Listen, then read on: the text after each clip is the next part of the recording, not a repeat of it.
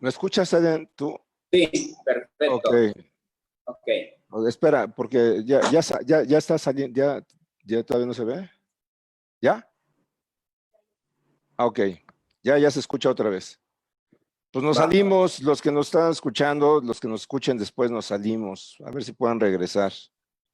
Mientras la gente se vuelve a conectar, no sé por qué sí, se desconecta y se salen, ¿verdad? Ok. Bueno, mientras regresan las personas que estaban ahí conectadas, se estaban conectando. Va. Mira, este tema del reforzamiento, creo que sí, es muy interesante o es importante. A mí me gustaría entender todavía más el tema del reforzamiento, pero déjame ponerlo así, Eden. Las personas necesitan estrategias. O sea, mira, hace unos días estaba yo platicando con alguien y hablábamos acerca de la libertad. Es un tema que tiene muchas vertientes, es un tema que tiene muchas propuestas, desde la psicología, desde la ética, desde la filosofía, ¿sabes? Al final, para las personas de a pie, o sea, para el común de las personas, libertad se traduce en que no te humillen, no te coercionen, no sé, cosas por el estilo, ¿no? Que una persona se pueda parar y elegir la vida que quiere tener, si se harta de vivir en este país, si se vivir a otro país, si ya no quiere estar al lado de una persona, moverse. Digamos que esos serían los ejercicios más comunes que una persona entiende como libertad. Ahorita vea a lo que me voy a referir, por favor. Entonces estamos hablando de la libertad y yo recordaba una cita, un momento, no es una cita, un momento en la historia de nuestro vecino país del norte, donde Abraham Lincoln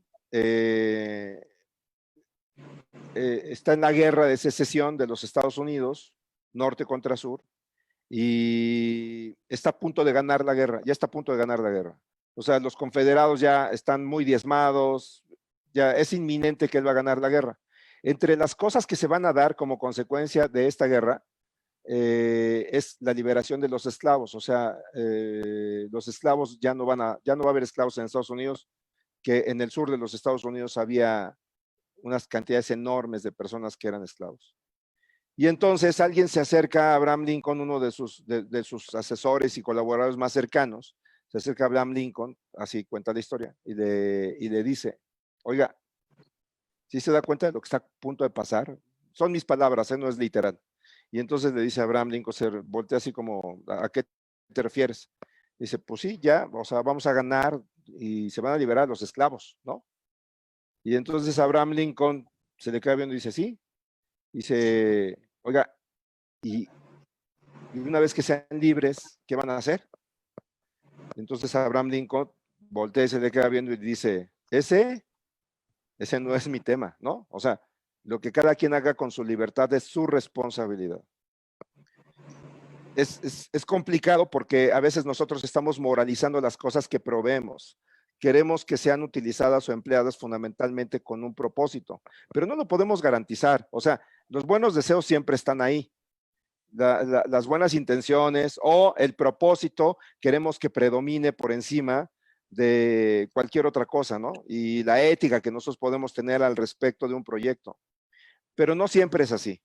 O sea, hay personas, o sea, no sé si alguna vez has visto que hay manuales de seducción, por ejemplo, y jalan, ¿no? De todo lo que pueden para armar una idea de cómo seducir a alguien.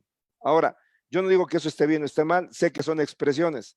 Entonces, cuando hablemos de reforzamientos y entremos a una serie de principios, a lo mejor alguien va a decir, sí, sí, sí, pero que no, ya sabes, o sea, quiero ver cómo ya, ahora sí hago que mi chava me sea leal para siempre, o mi güey ya no se vaya con otra, no sé, o sea, estoy hablando de cosas tal vez muy básicas, bajándole el nivel a la conversación, pero no me importa, o sea, lo que a mí me importa en la inteligencia de lo cotidiano, sí, es un entendimiento fundamental. Las personas tienen esto.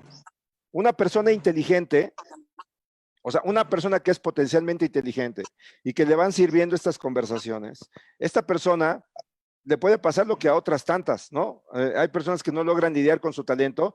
Tú montaste este instituto y lo estás armando, pero alguien con tu talento se dedica a delinquir también, ¿sí me explico?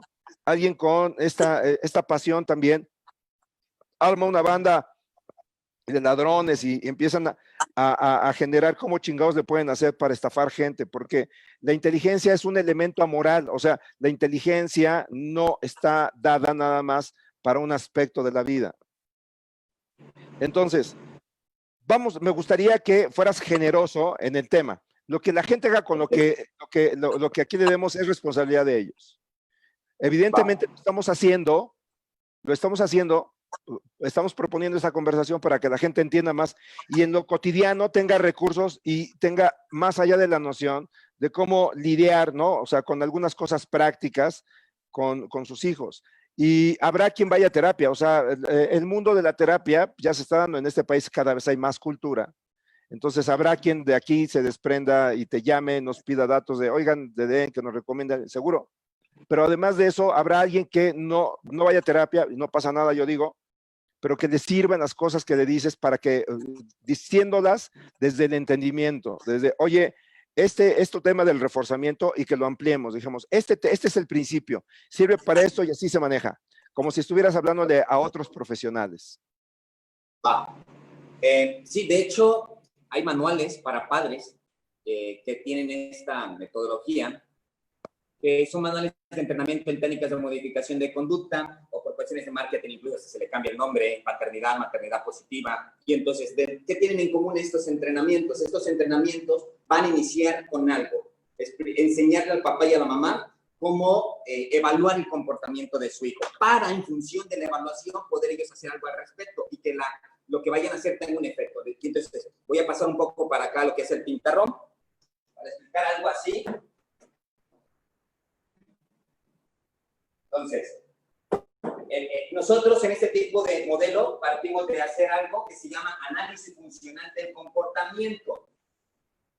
En otras palabras es, ¿cuál es la conducta problemática?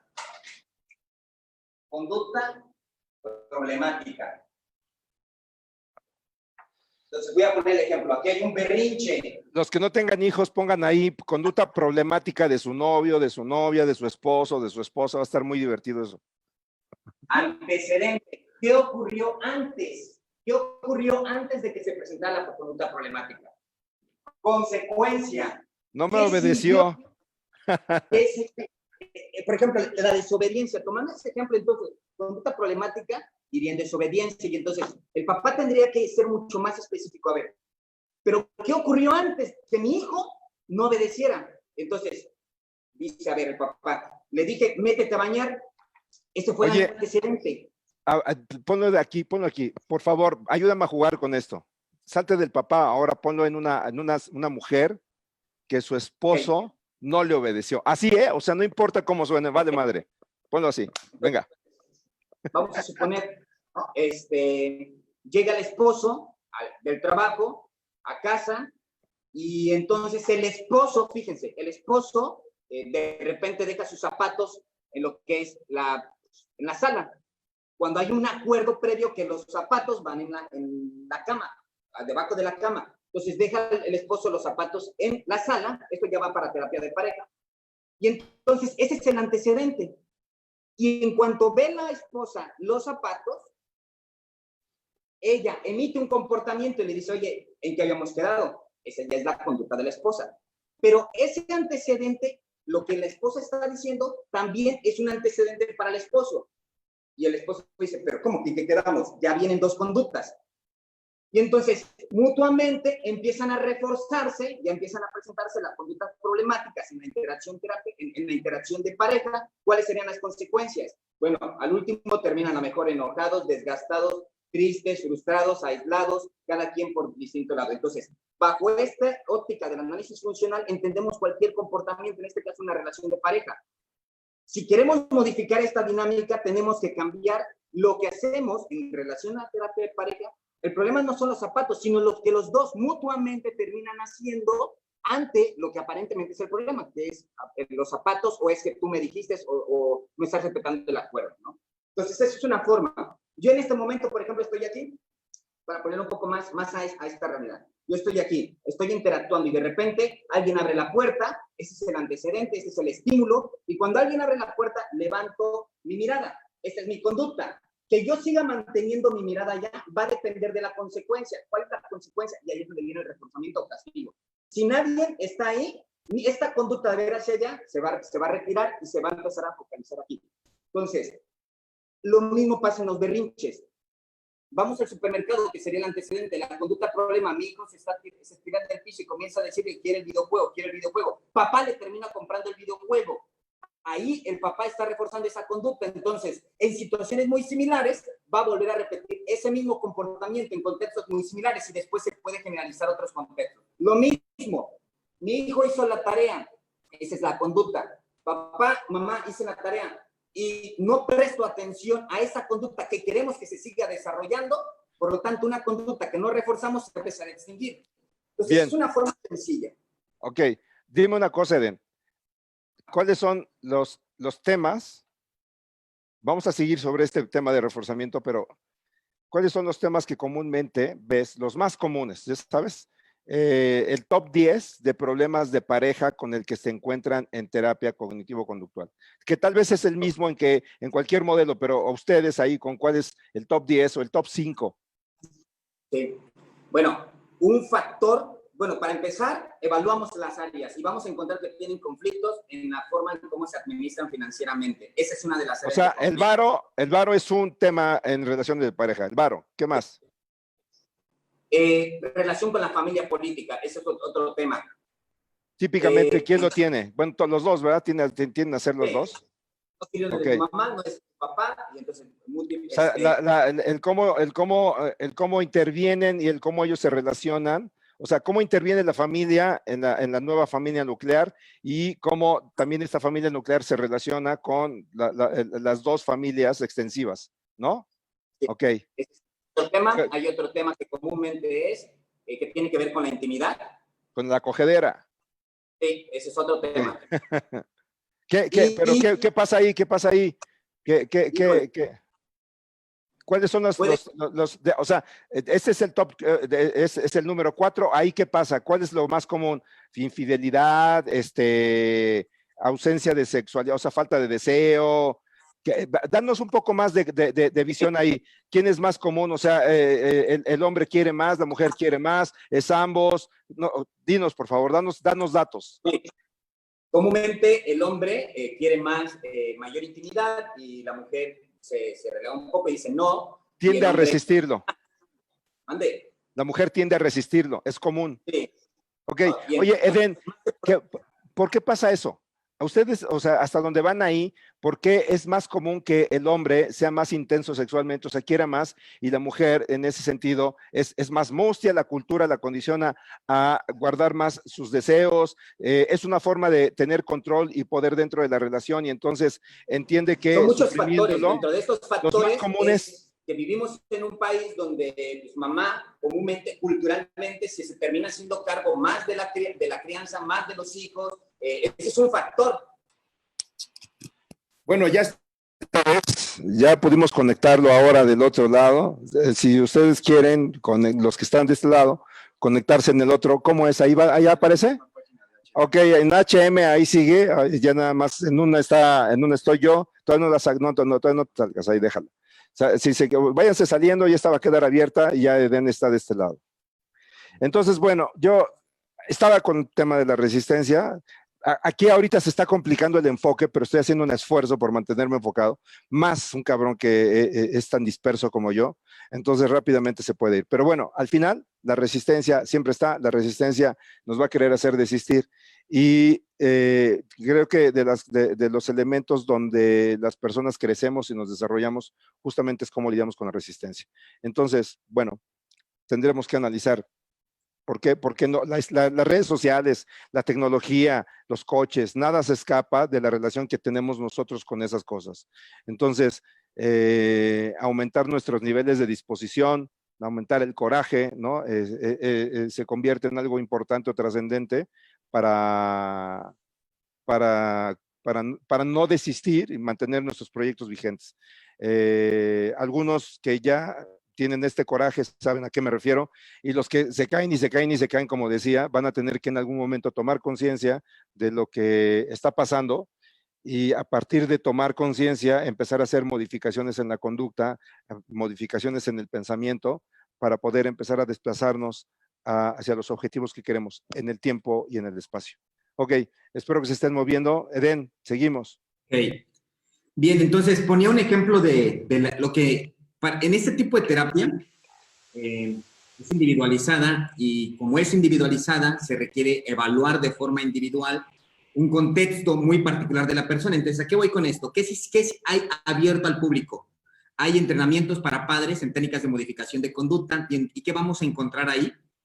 Se le enseña a papá y a mamá un método para evaluar el comportamiento de su hijo, para que en función de eso se pueda hacer algo en respecto que funcione, y que no a ver si funciona, ¿no? O sea, no, se parte de que esto es una ciencia. De igual forma, en la relación de pareja utilizamos lo que es analizar el comportamiento de la relación de pareja. A ver, hay una temática aparentemente que es, no sé, problema de dinero, un tema del dinero. El problema no es el dinero, sino que a través de este análisis es qué hacemos los dos ante el dinero. Voy a poner un ejemplo, utilizamos muchas metáforas, analogía. Yo le digo siempre a las parejas, imagínate que de repente un día vas a la playa. Bueno, esto funciona aquí, porque ese es el contexto. Imagínate que vas un día a la playa y de repente vas con tu pareja y se atasca el carro en lo que es la arena. Y entonces los dos comienzan a bajarse para empujar el carro. Pero mientras más empujan, ¿qué creen que van pasando? Y entonces yo le pregunto al paciente o a los pacientes, pues atasca más el carro. Y si seguimos empujando, ¿no? Pues se sigue atascando. ¿Cuál es la solución? Fíjense, queremos ir a la playa, mas sin embargo, empujar, lo que aparentemente es la solución, termina convirtiendo el problema. Entonces, hago una analogía. Bueno, lo mismo pasa con el dinero. La bronca es muy parecido, Eden, a la teoría del cambio, ¿no? O sea, cuando la solución se convierte en el problema. Sí, sí. De hecho, hay otros modelos que ponderan esto, que aparentemente es una solución, pero agrava el problema, ¿no? Entonces, caer en el bache, en la arena. Ajá, a ver, para que no se me pase, a ver si ahorita nos puedes dar algunos ejemplos, ideas de lo que te hayas encontrado más común, donde la solución se convierte en el problema y hay un loop ahí donde se va desgastando y desgastando y desgastando, pero no nada más, ¿sabes cuáles son los temas que yo veo que son más comunes? Uno, que son casi invisibles. Uno tiene que ver con la economía, como es eso. Otro tiene que ver con la sexualidad. Creo que otro también tiene que ver con este tema del control y del dominio, ¿no? Dentro de las relaciones, por cuestiones de celo, por cuestiones de posesividad. Hay también temas de violencia, ¿no?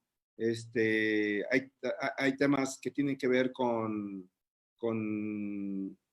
abandonos, ¿no? Emocionales, con estos roles que existen, que a veces al inicio de la relación de pareja no son tan evidentes, porque cuando son novios hasta muy pegados, van a todos lados, pero ya se casan, entonces el güey ya se va, ya hace su vida, y la chava se queda ahí, ¿no? O puede ser menos veces, pero puede ser al revés. Ya va, sigue, por favor. Entonces, fíjense, si regresamos a este ejemplo, el bache no es la bronca. O sea, que el carro cayó en el bache no es la bronca, sino los intentos de solución que empiezan a hacer los dos terminan manteniendo y agravando el problema, a tal punto que ya no fueron a la playa. Bueno, partiendo de esta analogía, la voy a llevar a muchísimos temas. Lo mismo pasa con la ansiedad. El problema no es la ansiedad, sino lo que hacemos para no sentir ansiedad, ¿no? Y hacemos un montonal de comportamientos. Lo mismo pasa con el tema, no son los zapatos. ¿Qué es lo más común que has escuchado que la gente hace con la ansiedad? O sea, busca placer, ¿no? La ansiedad típicamente mueve a la gente a buscar placer. O sea, busca comer, busca sexo.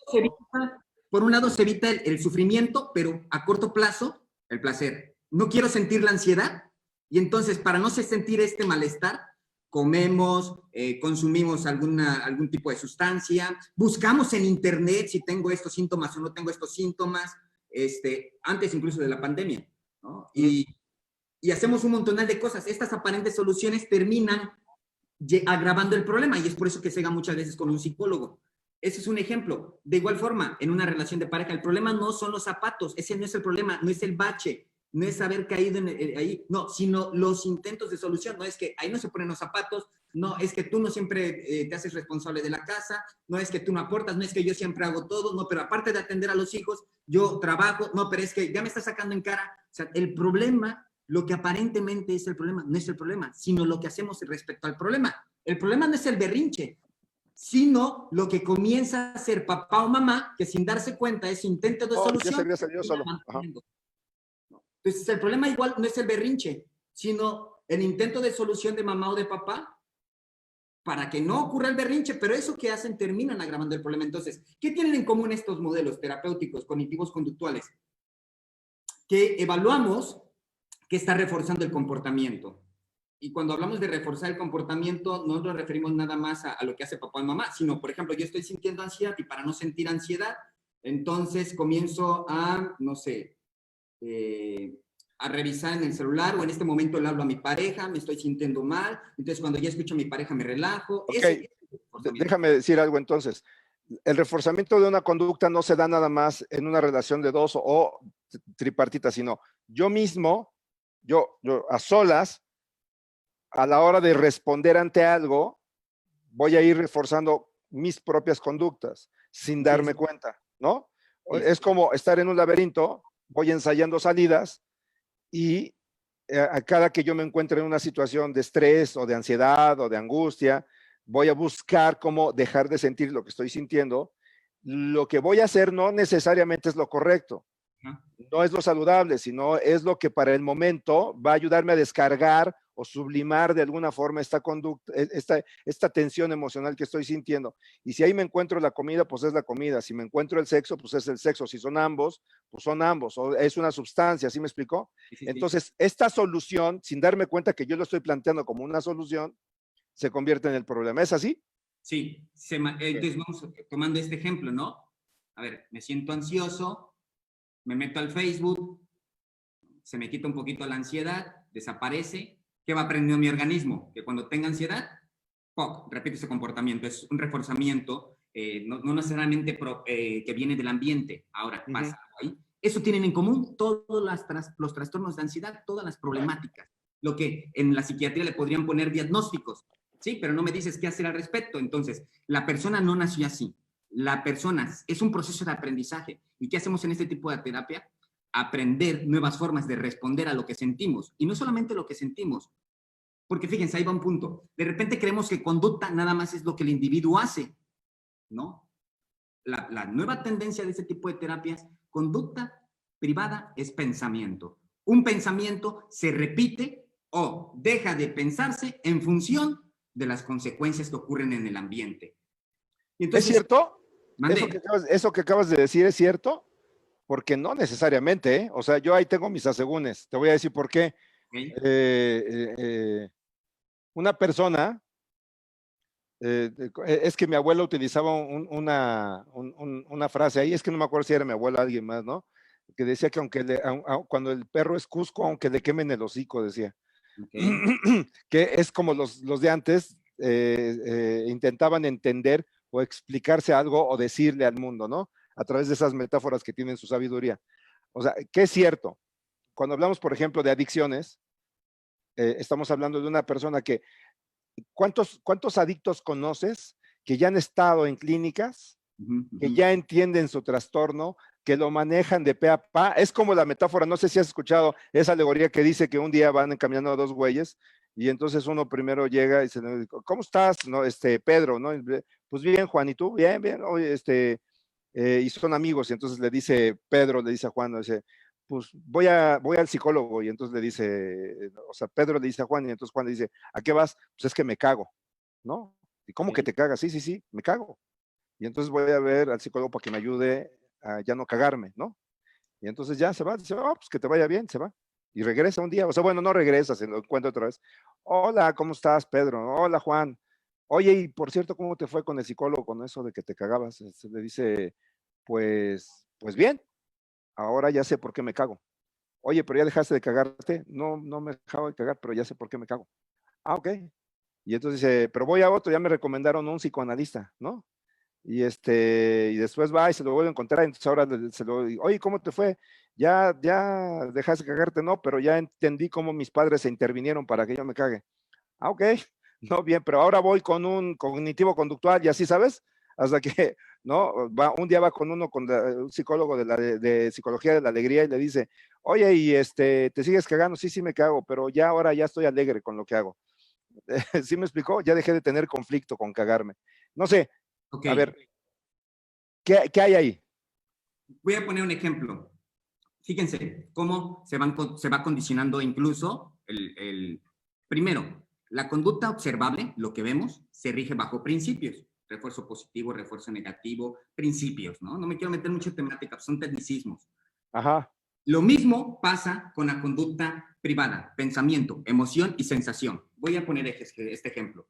Yo un día estoy acostado en mi cuarto, estoy a punto de dormirme y de repente me levanto así y siento que se me va el aire. Fíjense, estímulo, estar acostado en mi cuarto. Respuesta, sobresalto, ¿no? Sensación de ahogo. Se activa un pensamiento, me va a dar un infarto. Un pensamiento que yo no nací con es una cuestión cultural, ¿no? Y entonces empiezo incluso a experimentar sensaciones fisiológicas, sudoración, opresión en el pecho. Y entonces cuando estoy experimentando este malestar, salgo corriendo al hospital y en el hospital me dan un calmante, pareciera ser que se reduce el síntoma. Entonces, ¿qué va aprendiendo? Se genera un proceso de condicionamiento. Entonces, va a llegar un momento, si este proceso continúa, que ya no voy a querer dormir. Veo la Claro. cama, ya no quiero dormir, ¡poc! Ya se activó, ya hay no, y si me pasa lo mismo. Entonces, partiendo de esto, el pensamiento no aparece de la nada. Hay una serie de factores, en este caso, el estímulo nuevo es la cama, noche, se activa el pensamiento, se activa la emoción, se activa la sensación, y para no sentir esto, ya no duermo en la cama. Y entonces se sigue reforzando ese pensamiento hasta tal punto que se convierte en una regla que va guiando mi vida. Esa es una Claro. forma de cómo se va reforzando. Hay una teoría muy interesante por ahí que se llama teoría de los marcos relacionales, y después esto lo puedo empezar a generalizar a otros contextos. Resulta que un día estoy en el cine, es un lugar cerrado, oscuro, fíjense, oscuro, lugar cerrado, parecido al contexto en donde ocurrió el primer acontecimiento, y se empieza a generalizar, y algo muy similar ocurre también en diversas problemáticas que nosotros como seres humanos, Las más comunes. ¿Cuáles son las más comunes con las que te encuentras? trastorno O por sea, pánico, ¿eh? trastorno por pánico. Esto precisamente un ejemplo que estoy poniendo es cómo se configura y cómo se sigue manteniendo un trastorno por pánico. No quiero sentir la ansiedad y entonces termino haciendo una serie de cosas para escapar de la ansiedad. El problema... Para Ajá. detectar, Eden, para detectar al inicio estas cosas, o sea, para estar presente, yo digo, porque ya ahí estamos hablando de una conducta que se fue reforzando, creció y entonces ahora ya está sobredimensionada, Sí. pero todo tiene un inicio. Cuando hablamos de alguien que empieza a desarrollar un trastorno de esta naturaleza, ¿cómo es? Y que se dé cuenta y qué hacer. De Para, inicio, para, ser para ser preventivo. O sea, no, a ver, yo quiero proponer una idea. Yo sé que lo mejor es que cuando una persona ya tiene pedos, vaya con un terapeuta. Yo estoy a favor de la asesoría, pero si viéramos las cosas de manera preventiva, ¿cómo chingados le hace a alguien que en la cotidianidad puede hacer para tomar más conciencia y tener una serie de reglas de salud? O sea, okay, sí, ¿cómo una persona puede hacerle cotidianamente desde el conocimiento que tienes sí, para vivir saludable? okay, Ahorita saca un poco de la constelación y que vaya a terapia, olvídate de eso. okay, Sino es okay, 5 puntos básicos para que la persona sea saludable. sí. De inicio, habríamos que comprender por qué la persona termina haciendo todas estas cosas que aparentemente son solución, pero en realidad se terminan convirtiendo en un problema. Lo hace porque la persona no está en disposición de experimentar ansiedad, no está en disposición de sentir tristeza. enojo, frustración, ¿no? Y entonces, O sea, ¿por qué no? una mala relación con sus sentimientos. ¿Sí? Y es Ok. una cuestión culturalmente impuesta, ¿no? Vemos un niño que está llorando y hacemos todo lo posible para que no llore. Entonces, esto es una cuestión cultural. Entonces, a favor de la salud, y cuando digo a favor de la salud me refiero que específicamente la terapia de aceptación y compromiso no trata patología, sino es un programa de tratamiento orientado a la salud. ¿Qué es la propuesta? Normalizar la forma en cómo nos relacionamos con nuestras emociones, sensaciones y pensamientos. Verlos como tal. O sea, ¿qué pasaría si esta persona la entrenáramos a no escapar de lo que siente y de lo que piensa? Sí iba a sentir ansiedad, pero ya no emite todas las conductas que aparentemente son soluciones que terminan agravando un problema. Y eso es lo que yo hago aquí. Yo no quito síntomas. Yo llevo a las personas a que experimenten sus emociones como lo que son, emociones, sensaciones, que dejen de escapar de lo que es natural. Claro. O sea, no, aquí nuevamente me vuelve la teoría del cambio, porque en teoría del cambio no hay una solución para el problema, sino el problema es la solución. Sí, El de hecho, problema entre comillas. Ajá. sí, por ejemplo, la terapia estratégica, tengo entendido que utiliza parte de ello, ¿no? Si, no estoy muy adentrado en esa terapia, pero sé que... Sí, pero un poco me hace, o sea, parece que los trazos nos llevan ahí, porque cuando tú dices, o sea, yo no quito síntomas, o sea, quitar síntomas es lo más común, cuando el síntoma, más bien, o sea, el síntoma no es la enfermedad, sino hay algo detrás de esto. El síntoma está enmascarando algo, ¿no? Y entonces, el modelo que tú propones, o en el que estás metido, lo que hace es, espérame, lo que está generando el tema realmente es que no te sabes relacionar con tus sentimientos, no te sabes relacionar con tus emociones. Entonces, vamos a entrenarte para que te sepas relacionar con tu ansiedad, con tu angustia, en lugar de que vuelvas a tomar las mismas acciones que fuiste reforzando como respuesta a querer evitarlo. Sí, ¿Sí me es explicó? correcto. Sí, vamos en esa línea. Y las terapias contextuales, ese es básicamente ese es su foco. Cambia el paradigma que en la terapia cognitiva conductual de segunda generación se tenía, se partía desde que como tú pensaras, te sentías, ¿no? Y acá dice, no, a ver, espérate, tú puedes estar pensando que eres la peor persona, pero aún con el pensamiento, ya no te enganches con eso, ¿no? Aún así vamos a ir hacia la vida que tú quieres. Entonces se cambia un paradigma, son cuestiones epistemológicas de fondo, y bueno, lo mismo pasa con problemas de pareja. O sea, el problema no es que el bache, el problema no es la ansiedad, el problema no son los zapatos, el problema no es el berrinche, sino cómo el ambiente o cómo nosotros respondemos a ello, lo que hace que se siga manteniendo y agravando. Y todo esto hay muchísima investigación. Oye, una pregunta, me voy a extender un poco, quiero saciar un poco mi curiosidad al respecto, espero que algunos de los que están ahí también. Un conflicto común dentro de la pareja que no necesariamente llegan a terapia por este conflicto, pero sí puede agravarse de tal forma que en algún momento, o sea, ni siquiera vayan a terapia, se termina justo por esto. Y se convierte en fuente de muchos elementos problemáticos dentro de la relación o de conflicto, que tiene que ver con todo este sistema de control de ambos. O sea, la mujer tiene una forma de controlar al hombre y el hombre tiene una forma de controlar a la mujer. En este caso, Eden, ¿qué proponen? O sea, ¿qué ven ahí? Orientado hacia la salud. Partiendo de la analogía de que van a la playa y de repente se atasca el carro en el bache, yo le pregunto a la pareja, ¿cómo empujas tú? ¿Cómo empujas tú? ¿Cómo cada quien, o sea, que la misma pareja se vaya dando cuenta qué conductas hace ante lo que es aparentemente el problema? ¿Qué pasa si seguimos empujando? Pues se va a seguir agravando el problema. ¿Qué tenemos que dejar de hacer? Fíjense qué tan sencillo. Precisamente lo que estamos haciendo, pues hay que dejarlo de hacer. Y entonces, ante ello, entrenamos para que aprendan a hacer equipo ante el problema, por un lado. Y hay diversas estrategias. De inicio, lo primero es dejar de hacer lo que se está haciendo. Ok. Dejar de hacer lo que se está haciendo. No, pero es O que... sea, dejar de eso, o sea, porque lo que estás haciendo está sosteniendo el conflicto. O sea, Sí, date cuenta, es como date cuenta que lo que estás haciendo no te funciona, sí. ¿no? Y Deja pasa, de hacerlo. y pasa que aún que la persona lo pueda entender intelectualmente, lo seguimos haciendo. Entonces, hacemos ciertos ejercicios dentro del consultorio donde la persona experimente y se dé cuenta cómo esto finalmente lo está llevando a la vida que no quiere. Porque incluso si llegan a consulta, que quieren continuar, o al menos en la mayoría de los casos. Ujú.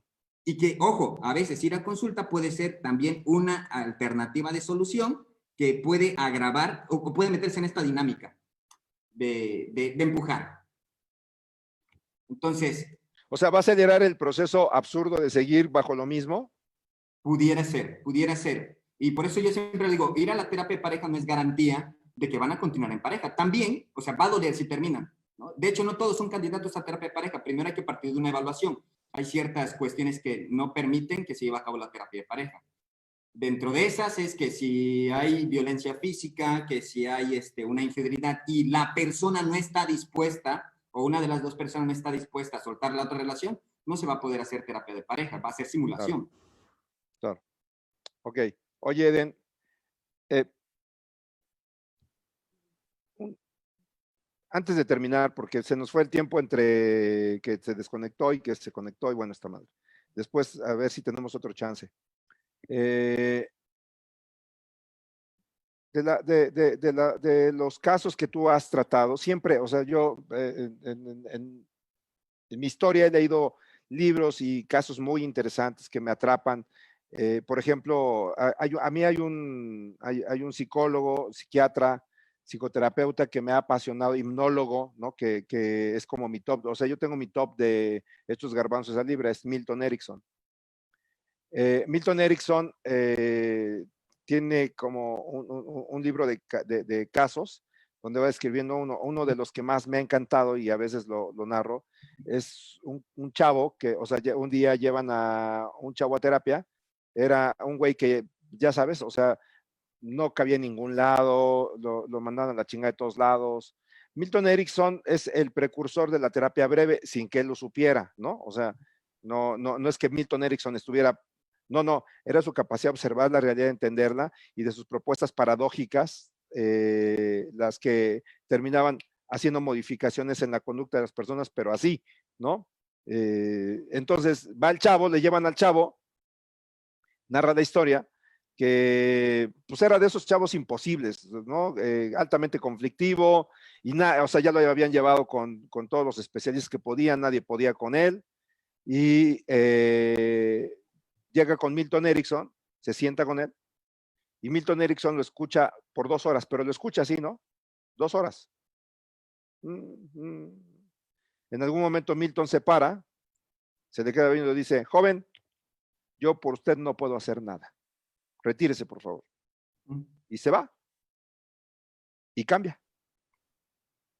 Radicalmente dejó de ser quien era con una sola reunión, con una sola sesión con Milton. Así, ¿no? Así de genial ese güey. Dinos una cosa, ¿tienes algo ahí que te haya pasado que sea así de espectacular? Sí, sí, tengo muchas experiencias, pero ahí entra un punto. Ajá. Me cuestiono yo, ¿qué fue lo que hice yo o cambió algo en el contexto? ¿Realmente fue la terapia? Entonces, para poder yo encontrar una respuesta, yo tendría que analizar otros, porque puede estar sesgada, mi ¿Pero tú opinión. te quedaste con lo de Milton o ya me vas a narrar algo de lo tuyo? No, no, o sea, sí tengo casos así que de repente dice, híjole, fui contigo una sesión, 2 sesiones y la verdad, ya solté esa relación, la verdad, esa sesión que tuvimos me ayudó muchísimo y me saludan y de repente me escriben. O sea, sí tengo muchísimos casos, pero aún así dudo de si realmente fue mi terapia. Ah, ya. Bueno, es que siempre existe el tema de lo fenomenológico. O sea, ¿qué quiere decir esto? Hay gotas que derraman el vaso, ¿no? Y uno a veces no es del todo consciente del grado de saturación, de convencimiento, o a veces hay personas que su nivel de disposición es muy grande hacia la salud. ¿Sí me explicó? O Son sea, muchísimos factores. son muchísimos factores. Así es. Uno que te Entonces, haya pasado, que sea así. Híjole, déjame atender, pues déjame ver. De inicio había, este es uno de los que más me ha impactado, había un paciente, una paciente que yo había estado tratando durante 6 meses, era el paciente, ojo, estos tratamientos son cortos, ¿no?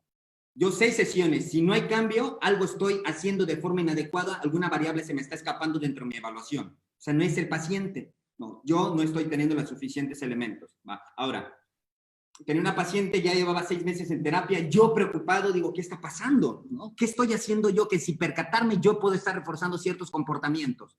Y de tal manera que incluso yo ya se había vuelto así como venirse a quejar conmigo, y entonces es una actitud muy complaciente de escuchar, me percaté que yo estaba reforzando esos comportamientos, es como voy a hacer cosas, hago cosas allá, y de repente yo reforzar ese comportamiento, me percaté de eso, y entonces de repente en una sesión comienzo, cada vez que la persona se empezaba a quejar, pero ojo, esto es cuando ya hay una relación terapéutica muy afianzada, cada vez que se empezaba a quejar, empezaba a hacer algo, agarraba mi agenda y le pegaba yo a la pared. Y al principio se me quedaba así mi consultante. Y empezaba a verbalizar, es que nadie me quiere, no sé, un ejemplo, ¿no? Estoy así, nadie me quiere, es que mi vida, y empezaba a golpear. Y cada vez que iba verbalizando, hacía esto, hacía esto, hacía esto, hacía esto. Entonces aquí estoy aplicando un principio que se deriva del análisis experimental de la conducta que se llama castigo positivo. ¿Para qué? Para decrementar esta verbalización, que en sí es un pensamiento, una conducta encubierta. Y entonces pasó el tiempo, me dice, a partir de esa sesión, mi vida cambió, ¿no? Y es una consultante, híjole, que me manda un montonal de pacientes, me aprecia mucho, yo la aprecio, ¿no? Y me saluda. Y bueno, ese es un ejemplo, ¿no? ¿A qué voy con esto? Que en este caso concreto yo sé que hice que funcionó, que puede funcionar para ese sujeto, pero no para otro. Claro, claro, claro. Manipular variables. Decía un cuate que influyó en mí mucho cuando yo tenía 21 años, existen enfermos, no enfermedades. Entonces, eso quiere decir que cada persona requiere de su propio contexto, requiere de sus propias cosas, y lo que le funcionó a una persona no necesariamente le va a funcionar a otros. Ok. Y partiendo de esto, Hugo, para ir cerrando, por eso a mí se me dificulta dar, por ejemplo, o sea, como cada caso tiene un contexto, hay que evaluar este caso en contexto, y por eso se me dificulta actualmente, incluso yo le digo, yo no puedo dar un, ¿cómo se llama? O sea, fíjate que lo podría hacer, pero no lo puedo hacer. 10 pasos para ser felices. 5 pasos para llevar la mejor relación con tu hijo o con tu padre o con... No. 5 pasos. Se me dificulta porque cada quien tiene un contexto, ¿no? Sí hay ciertas directrices que podemos dar. Entre estas directrices para mejorar la crianza es, empieza a interactuar con tu hijo 5 minutos, comienza a jugar, ¿no? Y traes estos resultados a la terapia, refuerza estos comportamientos que sí quieres que se sigan repitiendo, ¿ok? Y aquí vamos, o sea, sí hay cosas que se pueden hacer, pero como directrices generales, y son muy aventuradas aún así. Sí, lo entiendo. Mira, lo que sé a través del tiempo es que cada quien le tiene que ser fiel, o sea, le tiene que ser fiel a su técnica. Más alguien que ya está tan compenetrado como tú a la terapia cognitivo-conductual o a este modelo, le tienes que ser fiel. Entonces, desde ahí, o sea, ves desde donde ves, ¿sí me explico? Y, pero lo que sé, hay 700, fíjate, hay catalogados 700 modelos terapéuticos, güey. Sí. Así, ¿no? 700. Y en todos hay personas a las que le está funcionando. En todos. ¿Qué quiere decir? El tema está en el modelo o está en la persona. Perfecto. Regresamos al punto. Está en la persona. Entonces, lo que le funciona a una persona no le va a funcionar a otra. Los ámbitos, hay personas a las que les es propicio, ¿no? Por cuestiones que ahí sí, ¿no? Todavía hay que entenderle mucho, porque a veces es una cuestión de seguridad emocional. A veces la confianza y la fe de las personas en una persona puede ser tan grande que eso termina haciendo la diferencia. Y aquí podríamos encontrar antecedentes y antecedentes de cambios, movimientos que se dieron justamente nada más por esta percepción de una persona, de su asesor, de su terapeuta, de su clérigo, ¿sabes? O sea, pasa, lo entiendo. Yo también estoy a favor de proponer principios, ideas, más allá de fórmulas o recetas, pero un día te encuentras una persona a la que le funcionan los 10 puntos. ¿Sí me explico? Un día y hay muchas, ¿eh? O sea, hay un libro que se llama las reglas para las personas altamente eficientes, no me acuerdo. Y es un formulario, güey. ¿Sí me explicó? Así, paso 1, paso 2, paso 3, paso 4. Y hay personas que por su estructura mental y emocional, por su contexto cultural, les funciona. Y hay personas a las que no lo leyeron, los motivó, les digo, son buenas ideas, pero no les funcionó. Sí. Y así podríamos encontrar muchas cosas. Oye, Eden, hay preguntas. ¿Me dices? Ayúdenme. Espérame. A ver, te la leo. Puedo ser más disciplinado, ordenado y entusiasta en mi negocio de café. Lo tengo desde hace 6 años y ya estamos estabilizados. La cuestión es, me doy cuenta de que por ciclos de 8 a 10 meses todo va bien y tengo empuje y consigo clientes y mi compromiso es alto y de pronto me desinflo por meses. Es una conducta, son creencias más conducta. La neta no sé qué pensar. ¿Puede la psicología conductual ayudarme a mantener el compromiso, el empuje y el entusiasmo? Donald Kuhn.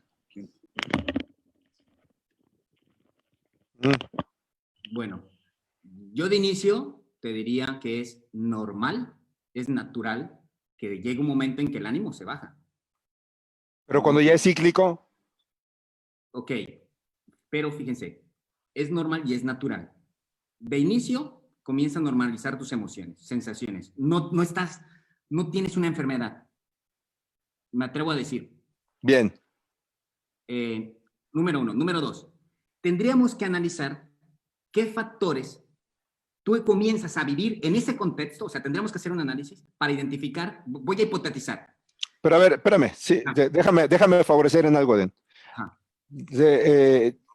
Independientemente de que podríamos hacer análisis, es un cuate, dice, tengo un café, tengo un negocio, ¿no? Le chingo fuerte durante meses. Me va bien, pero llega un punto donde mi ánimo decae y otra vez pueden ser por meses también que la fuerza no sé. Entonces, lo que yo leo detrás de esto es alguien que quiere llevar su negocio a más. ¿Sí me explicó? O sea, romper este ciclo donde me va bien, me va mal, me va bien, me va mal, que esto siempre va a pasar, pero lo que yo estoy escuchando cuando menos, a lo mejor después valdría la pena que dijera más, pero lo que escucho entre líneas está ahí, en ese loop, ¿sabes?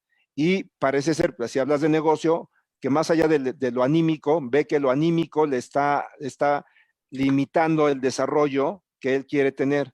A lo mejor quiere terminar de consolidar y vender más, a lo mejor quiere franquiciar, qué sé yo, pero se da cuenta que su ánimo, como esta ciclotimia que hay, lo está limitando. Ese es a su juicio. ¿Tú qué ves y qué le recomendarías así de bote pronto a alguien para que se dé cuenta, para que haga como ensayos y ver si eso lo puede saturar? Yo lo que le diría es, aún con el estado de ánimo, continuar haciendo aquello que es importante y valioso para ti. Cuando digo aquello que es importante y valioso para ti, llevar a cabo el crecimiento de tu empresa, de tu negocio. No te vas a sentir con ánimo. Y es literal, yo siempre me pongo así, es como agarrarme a mí, ¡pum! Y ya cuando estás implicado en la acción, comienzas a empaparte, por llamarlo así, utilizando esas palabras, de estas emociones agradables y empieza a ser reforzante y tu organismo va a querer repetir eso. O sea, es una cuestión de crear hábitos. Y se va creando, o sea, así es. Aún con la emoción, hacer las cosas. Cambiamos un poco la dimensión, no es aquí, me siento bien para poder actuar. No, actuando te empiezas a sentir mejor. Ok, entonces, déjame ponerlo, si fuera yo el que esté entendiendo. Ya tengo unas 10 cosas que tengo que hacer. Cuando llega dentro del ciclo, llega el punto del pináculo, empiezo a descender y ahí es donde yo empiezo a dejar de hacer cosas que pueden ser productivas, positivas, porque no tengo la disposición ni la fuerza anímica. Entonces, lo que tengo que hacer es entender, a ver, no te tienes que sentir bien para hacer lo que estás haciendo. Ahora, aún sin el ánimo, haz aquello que es positivo para tu negocio, que va a resultar siendo positivo para ti. No lo sueltes. ¿Sí me explico? Para que se empiecen a generar nuevas conexiones, nuevas disposiciones y entonces estos hábitos, o sea, pensamiento más emoción se empiezan a asociar y empieces a etiquetar de una manera diferente también las acciones para que tu ánimo sea diferente. ¿Sí? Sí, es ¿Más o por ahí. menos así? Ok. Bien, bajón, ok, continuemos haciendo aquello que es importante y valioso para ti, el crecimiento de tu empresa, tu desarrollo personal, todas las áreas que son importantes y valiosas para ti, te vas a sentir mejor. Y suprimir aquello que he estado haciendo para reforzar mi drama, ¿no? Si estoy en drama, en lugar de seguir aplicando la misma solución de suspender y esperar a que me pase y no sé, ¿no? Cualquiera que sea la respuesta. Rompemos este ciclo que está manteniendo el estado afectivo. Ok, hay otra pregunta. A ver, espera. ¿Qué ventaja tiene su terapia contra la terapia breve estratégica? O sea, están diciendo que qué ventaja tiene la cognitivo-conductual o esta que también, la que estás diciendo. Sí, ok, va. Versus breve, o sea, la que estábamos hablando que se desprende de todo la visión ericksoniana. Sí. Más allá de yo dar una respuesta en lo que yo opino o en mi propia experiencia, porque puede ser subjetiva, la respuesta la vamos a encontrar en las investigaciones. Y si revisamos la división 12, por ejemplo, de la Asociación Americana de Psicología o las guías de un órgano que está en Inglaterra, que es la NICE, vamos a encontrar pues ahí la evidencia, ¿no? A ver, este tipo de técnica, que es reestructuración cognitiva, funciona para esto. Terapia de exposición para fobia. Entonces, ahí nos vamos a encontrar el nivel de evidencia, que son pues, documentos ahí investigados por expertos, y incluso ahí dice si tiene evidencia el psicoanálisis, si tiene evidencia la terapia humanista, si tiene evidencia... Sí. Yo creo que, como lo decía hace un rato, miren, creo que las personas tienen que ir y buscando, ¿no? Dónde se encuentran mejor. Lo que le funciona a una persona, hay personas a las que les funciona, por ejemplo, la religión, y ahí están bien y se vuelven altamente religiosos y su vida se modifica y soportan bien todo lo que tiene que ver con el contexto de lo religioso, o sea, el dogma, los ejercicios que propone, y les va bien ahí, y hay personas que van, se quedan un rato y no les funciona y se tienen que mover a otro lado. Entonces, esto es una cuestión de búsqueda, creo que ve, prueba, investiga, ¿no? Ve datos, evidentemente sí tiene que haber un movimiento de investigación y pruébate en alguno de ellos para ver qué te puede proveer a ti de más recursos porque para fines de lo que quieres, porque siempre, o sea, me gustó la respuesta que dio Eden, porque tal vez otra persona hubiera sucumbido a la tentación de decir, no, pues nosotros somos muy chingones, o sea, y no, o sea, todos los modelos tienen unos más, otros menos, sus casos de éxito. Entonces, regreso al punto, existen enfermos, no enfermedades. ¿Hay algo más por ahí? Espera. ¿En esta terapia aplican el mindfulness?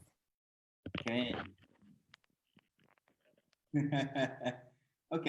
Es para ti, hermano. Bueno, miren, es todo un tema polémico, incluso dentro de los mismos colegas, este tema del mindfulness. ¿Por qué? Porque actualmente todo el mundo hace mindfulness, ¿no? Y se comercializa y hay mindfulness para esto, mindfulness para el otro, para el ejercicio. Hasta yo puedo hacer un libro de mindfulness y luego bestseller, ¿no? Pero bueno, ¿a qué voy con esto? Sí utilizamos el mindfulness, pero con fíjense, ¿qué hace que funcione el mindfulness? O sea, explícame, el terapeuta debe de saber por qué está aplicando lo que está aplicando y qué efecto va a tener en su consultante y por qué funciona lo que funciona. Explícame. Si tú eres un terapeuta científico, explícame. Entonces, aplicas mindfulness, ¿qué es? Dímelo. No, pues es así, sí. ¿Pero qué es eso? O sea, ¿por qué funciona eso? Entonces, bueno, saliéndonos de esto, sí, en las terapias de tercera generación se aplica el mindfulness, pero es importante comprender para qué, en qué momento y de qué forma y qué hace que funcione. En otras palabras, para muchos de los que, porque estamos ahí como en un movimiento también de investigación, el mindfulness es exposición. ¿A qué? A pensamientos, emociones y sensaciones. Dejar de hacer lo que precisamente hacemos que hace que se siga manteniendo, reforzando aquello que no quiero sentir o no que no quiero pensar. Es poner bajo control el comportamiento, lo que aparentemente es solución, que al último se va a terminar agravando en problema. Dejar de hacer. Ok. Entonces sí se Ok. aplica y eso es una percepción. Hay otros que lo van a aplicar para reducción del estrés, pero entonces estaremos de nuevamente en esta cultura de no sentir estrés, no sentir miedo y que bueno, esto es lo que hay más. Híjole, miren, lo digo así porque es algo en lo que creo profundamente. Sea algo, históricamente, conforme las personas que se dedican a la investigación, a hacer ciencia, han ido encontrando cosas, las desarrollan, de repente no falta el que quiere resolver el tema, así como la teoría del todo, ¿no? Que se filtre a través de eso ya. También la psicología también ha caído en esas tentaciones y seguramente en el futuro va a seguir cayendo. A inicios de siglo, en Rusia, el siglo pasado, hubo un cuate que era muy bueno y entonces el gobierno de aquellos días le compró una idea para normalizar conductas y es toda una historia bastante interesante, pensando que con eso iba a poder tener control social, ¿saben? O sea, reducir crímenes y cosas así. Y le dieron todo, o sea, órale, güey, vamos a hacerlo. Al final terminó fracasando, porque se encontró con el factor que todos siempre se encuentran, el factor humano. Y como hace un rato decía, lo que le funciona a una persona no le va a funcionar a otra persona. Y mientras que a una persona, ¿no? Por cuestiones de contexto, por cuestiones de dónde se encuentra, por cuestiones de sus propias particularidades con las que nació y las mantiene a lo largo de su vida, un día va a una sesión zen, ¿no? Y de repente lo ve un monje budista, se le queda viendo y le hace, ¡fu! Y eso lo transformó, aunque no se explique cómo chingados pasó, sí pasó, o sea, lo transformó y la vida volvió a ser y entonces a partir de ese momento la fe que le tiene al budismo está cabrona, ¿saben? Sí, sí, sí. Después va a haber un intento de explicarse, habrá quien no, y lo único que le quede va a ser la pura fe en lo que sucedió. Y eso a otros les va a funcionar. Lo chingón de esto es que, para mí, desde mi punto de vista, entender la diversidad más que la exclusividad es interesante. Sí. Hay personas que van a jalar bien en el modelo cognitivo-conductual. Creo que hay ideas que de ahí aportan a la realidad, que aunque parezcan generales, le suman, como a observarse, darse cuenta, ver la respuesta que damos ante situaciones y cómo nosotros mismos estamos reforzando esta conducta a partir de la solución que estamos aplicando, que entendamos que podamos buscar respuestas diferentes en lugar de aquellas que están convirtiéndose sí en un problema, en un trastorno y que van agudizando, ¿no? O sea, la solución se convierte en el problema y cada vez es más fuerte. O sea, al final, dentro de la inteligencia de lo cotidiano, yo quiero llegar a ese punto. Señores, no dejemos de pensar, Eden nos aporta parte del conocimiento que tiene y nos propone ideas. Y de eso no esperen tener ustedes la piedra filosofal, carajo, ¿no? Los alquimistas están buscando encontrar una serie de elementos para convertir el metal vulgar en oro, o sea, las personas simples y sencillas en cosas extraordinarias. ¿Cómo? Lo que yo sé es, tienes que ser muy holístico. Las personas necesitan entender, es una cuestión de entendimiento cada vez mayor, pero para no extraviarnos también en el mundo de las ideas necesitamos tomar una serie de principios, una serie de prácticas y llevarlas a cabo para obtener los resultados que queremos. Ok. Eden, yo te agradezco la participación. Estuvo un poco accidentada por este pedo de la conexión, pero gracias. Estaba acordándome hace unos días de una conversación que no sé si te acuerdes que tuve contigo y la conversación fue con Juan Carlos o José Luis y tú. Ok, ay, ¿Te no. acuerdas? Ustedes dos estaban muy chavitos Sí, sí, sí, ya, claro. y que les decía, a ver, ustedes dos son líderes y entonces, ¿no? Se van a chingar y van a tener que hacer. ¿Y sí te acuerdas de esa conversación? Desde luego, claro que sí hubo. Ok. Muy, Entonces, a mí me agrada verte haciendo tu proyecto, sacándolo adelante, haciendo tu magia, como diría el director de una empresa, haciendo tu magia, que ya sé que no es magia, sino es ciencia, pero o sea, al final lo agradezco, me gusta ver lo que veo, porque encontraste tu pasión, te veo apasionado, te veo comprometido y eso está chingón. No, gracias, No. Hugo. Sí, sí lo tengo muy presente. Ayer justamente lo estaba recordando y por ahí lo que estaba platicando. Y bueno, a seguir haciendo que las cosas sucedan. Yo lo tengo muy presente y es una filosofía de vida en mi vida. Qué Aquí, chingón. día a día, hacer que las cosas sucedan. ¿Cómo? Voy a hacer que las cosas sucedan. Los mecanismos se encuentran de forma creativa. Bien. Hermano, seguimos presentes. Seguramente más adelante vemos si es posible, claro que será posible que nos conectemos y sigamos discurriendo acerca de algunos temas. Va. Desde acá te mandamos un fuerte abrazo a todos los que nos escucharon. Disculpen lo accidentado. Digo, pido una disculpa por mero formalismo, no estuvo en nuestras pinches manos. En lo simbólico, sí, yo voy a revisar cómo anda ahí mi tema de autosabotaje. Pero aún así reciban un fuerte abrazo de aquí. Recuerden, no cuenten los días, hagan que los días cuenten. Practiquemos la inteligencia de lo cotidiano. Ya la estupidez abunda, señores. Y cada día esta pandemia vino a expresarla de una manera todavía más fuerte. O sea, por un lado está chingón porque nos damos cuenta dónde estamos, ¿saben? Es más crítico y es más grave de lo que nos dábamos cuenta. El nivel el nivel de limitaciones que tenemos, pero autoinfringidas. O sea, el tema aquí es que no depende del gobierno entender y saber más, no depende del gobierno ni depende de nadie el que nosotros estemos cada vez más conscientes y más ilustrados. Entonces, seamos inteligentes cotidianamente. Eden, te mando un fuerte abrazo. Dios los bendiga, Dios te bendiga. Bye. Nos vemos el viernes, señores. Bye. Chao.